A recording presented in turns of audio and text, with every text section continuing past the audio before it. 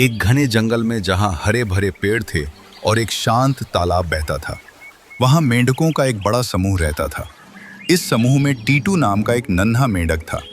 टीटू बाकी सभी मेंढकों जैसा ही था, भूरे हरे रंग का, बड़ी बड़ी आंखें और लंबी उछलने वाली टांगे। लेकिन टीटू हमेशा उदास रहता था। वो अपनी मेंढक पहचान से संतुष्ट नहीं था। वो रोज तालाब के किनारे आता और राजहंसों श्वास को देखता।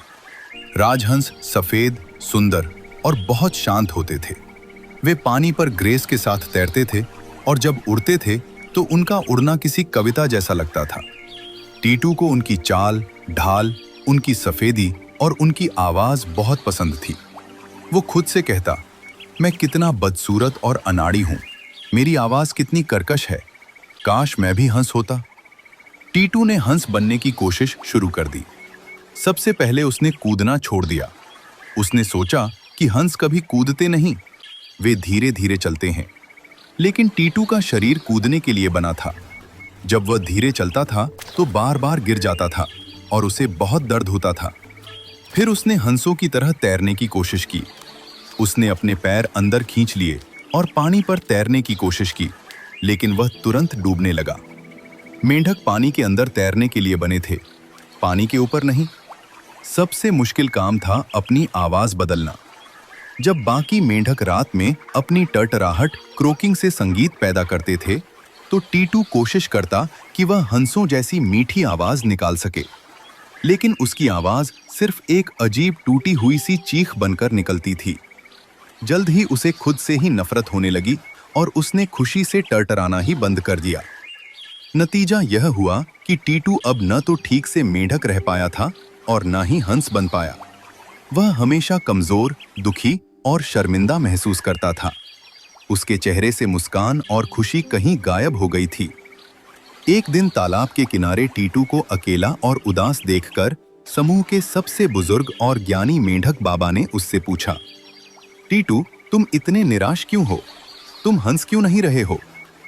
टीटू ने रोते हुए सारी बात बताई। बाबा, मैं अपनी पहचान से नफरत करता हूँ।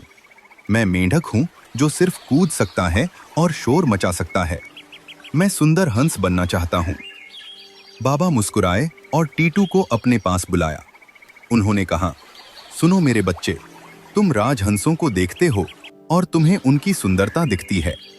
लेकिन क्या तुमने कभी सोचा है कि जब बारिश का मौसम आता है तो क्या राजहंस की तरह कोई तैर सकता है और पानी के नीचे छिप सकता है, जैसे तुम करते हो?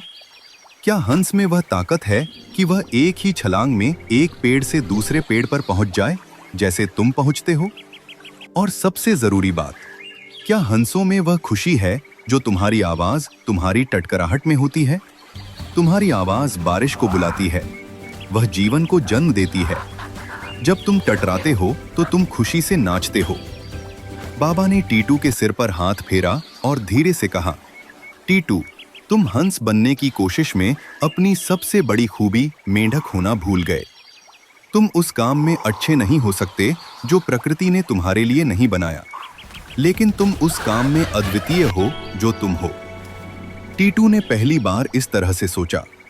उसने अपनी टांगों को देखा जो कूदने के लिए शक्तिशाली थी। उसने पानी में अपनी क्षमता को महसूस किया। उसने अपनी आवाज को याद किया जो अब भी उसके अंदर दबी हुई थी। उसी क्षण टीटू ने गहरी सांस ली और अपनी पूरी शक्ति से टटराया। उसकी आवाज इतनी खुश और जिंदा दिल थी कि सारे जंगल में गूंज उठी। उस दिन से टीटू ने कभी भी हंस बनने की कोशिश नहीं की। उसने अपनी मेंढक पहचान को पूरे दिल से गले लगा लिया और वह सबसे तेज कूदने वाला और सबसे खुश टटराने वाला मेंढक बन गया। यह कहानी हमें जीवन की दो महत्वपूर्ण सीखें देती है। अपनी विशिष्टता को पहचानें। हर व्यक्ति अद्वितीय होता है। अपनी जिंदगी दूसरों से तुलना करने में बर्बाद न करें।